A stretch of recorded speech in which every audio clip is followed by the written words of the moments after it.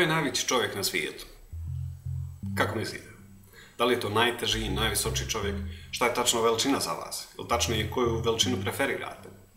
Krenemo iz početka. Najvisočiji čovjek na svijetu je Sultan Kosen.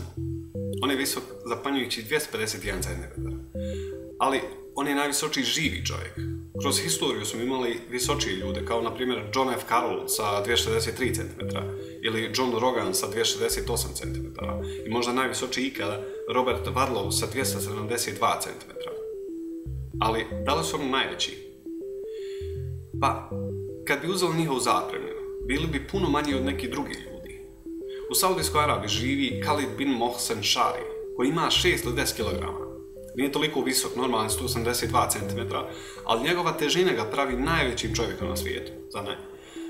Ali nije najveći ikada.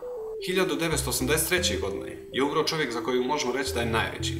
Bio je visok 185 cm i težak 635 kg. Zanimljivo, svi ti najveći umiru u ranoj dobi, oko 40 godina starosti. Ali koliko smo mi veliko biti? Kolikima se drugima činimo? Mnoge stvari se čini drugačijima kada ih gledamo sopstvenim očima.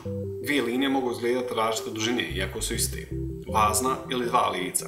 Zec ili patka. Sve u nama. Ili kako je Anais Nin rekla, mi ne vidimo stvari kakve jesu. Mi vidimo stvari kak smo mi.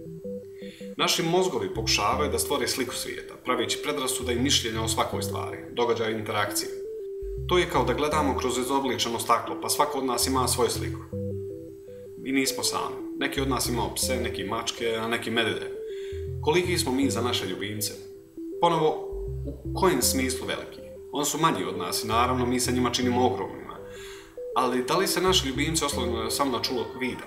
Životinje imaju puno jače čulo sluha od ljudi. Tako, na primjer, pas može da čuje zvukove koje ljudsko uho uopšte ne može da prepozna. Također, psi mogu da čuju zvuk oko pola sekunde brže nego ljudi.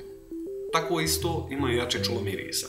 Htjeli mi to ili ne, ljudi šire svoje mirise. Da li je neugodan ili ugodan miris, to ćemo staviti na stranu. Ali ih ostavljamo. Ljudsko čulo mirisa nije dovoljno razvijeno da bi otkrilo sve te mirise, ali životinjsko jeste.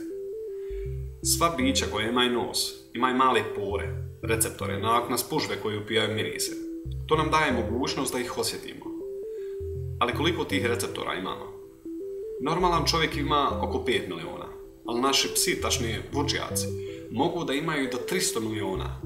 To znači da je puno jači nego kod ljudi. Oni mogu da osjeti naš miris i sa nekoliko stotina metara.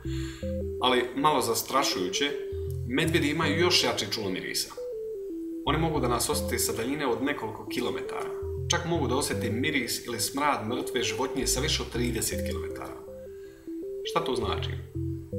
Mi smo za njih jako veliki, kilometrima veliki. I iako nas ne mogu dirati fizički, oni znaju gdje smo mi i koliki smo. Tako da sljedeći put, kad budete kampovali u šumi, u kojoj je moguće da ima medvjeda, bilo bi dobro da ostavite hranu oko 100 metara dalje od kampa, za svaki slučaj. A šta je sa ostatkom svijeta? Ili svemirom? Pa svaki put kada vrisnemo, pustimo glasniju muziku ili pošaljemo nekom SMS poruku, mi šaljemo svoje signale. Ti signali često putuju daleko, dalje nego što mislimo. Neki od njih čak idu i u svemir, dalje od sunčevog sistema. Tako da teoretski, ako postoje vanzemaljci, oni bi nas primijetili sa jako velike udaljenosti, veće nego što možemo zamisliti, što nas čini većima nego smo ikada razmišljali. Naši tragovi ostaju, iako mi to ne vidimo niti osjećamo. I kada umremo, naši signali koje smo emitovali tokom života putuju beskonačnost.